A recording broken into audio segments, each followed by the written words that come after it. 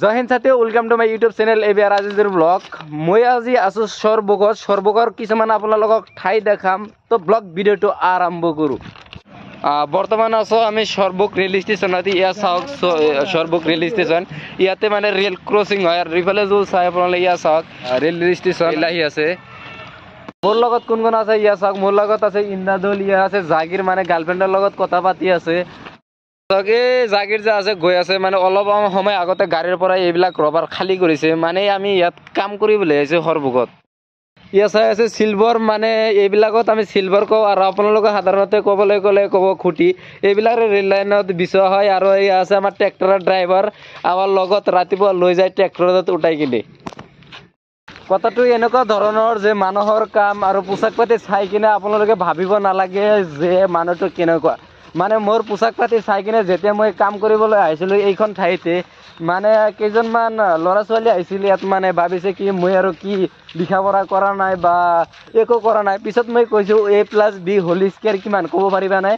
মানে তেওঁ মোক কৈছে যে A+ পাইছে বুলি। তেতিয়া মই কৈছোঁ যে A+B হোল স্কোৱাৰ মানে কি বুজাই দিয়া। মানে তেতিয়া মানে অলপ মানে ভাবিব আৰম্ভ কৰিছে, এইজন মানে A+B হোল স্কোৱাৰ এইটো কেনেকৈ গম পালে।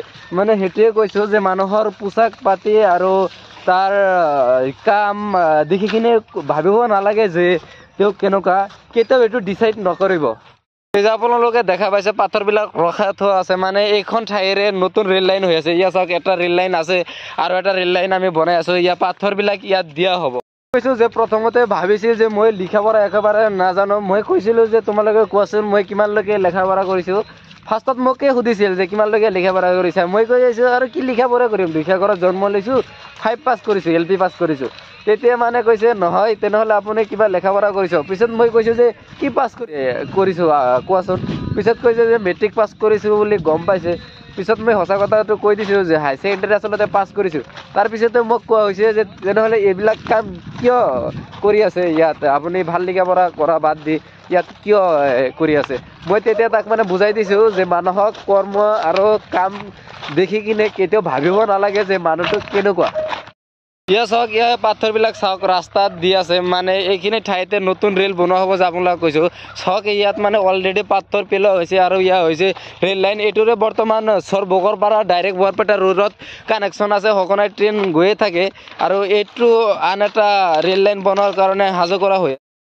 মোৰ মতে কোনে কামে সৰুকৈ চাব নালাগে। মানে চাই চাহ দোকানত কাম কৰি আছে, চাই গ্ৰেজত কাম কৰি আছে, যিকোনো কামেই হওক কামক কেতিয়াও সৰুকৈ চাব নালাগে। ইয়াত চাওক ইয়াত ৰাস্তা মানে মোটা হৈছিল, মোটাকে পাথৰ পেলোৱাইছে। ডাইৰেক্ট এই চিলভাৰবিলাক যে চাই আছে, এই চিলভাৰ এইবিলাক ডাইৰেক্ট ইয়াত টানি অনা হ'ব। ঠিক ইয়াত যেনেকৈ পেলোৱা হৈছে ঠিক এইবিলাক চিলভাৰ ইয়াত পেলোৱা হ'ব। কাম কৰি আছোঁ মই আৰু ইন্দ্ৰাদুল, জাকিৰ আৰু কিছুমান বন্ধু আছে, এইবিলাকে আমি কাম কৰি আছোঁ। ইয়াত চাওক আমি ৰাস্তাৰ কাষেৰে খোজকাঢ়ি যাওঁতে আহিবৰে ট্ৰেইন গৈ আছে। এইটো ট্ৰেইন ডাইৰেক্ট বৰপেটা ৰোড হৈ কিনে যাব, আহিছিল বঙাইগাঁৱৰ পৰা। আহি গ'লোঁ আমি বেকী ব্ৰিজত ডাইৰেক্ট। ইয়াত চাওক ইয়াত আছে ৰেল লাইনৰ ব্ৰিজ, ইয়াৰ ওপৰেৰে ৰেল পাৰ হৈ যায় ডাইৰেক্ট গুৱাহাটী যায়। এইটো বৰপেটা ৰোড হৈ ইয়াত চাওক বেকী নদী। ইয়াত চাওক ইয়াৰ পৰা বালি আৰু পাথৰ উদ্ধাৰ কৰা হয়। ইয়াত চাওক স্কেল লগাই থৈ দিছে, কি লেখা আছে GSPL, মানে পানীৰ কিমান হাইট, মানে কিমানখিনি পানী উচ্চতালৈ উঠিলে এইটো স্কেলেৰে মাপা হয়। ইয়াত চাওক বেকী নদী।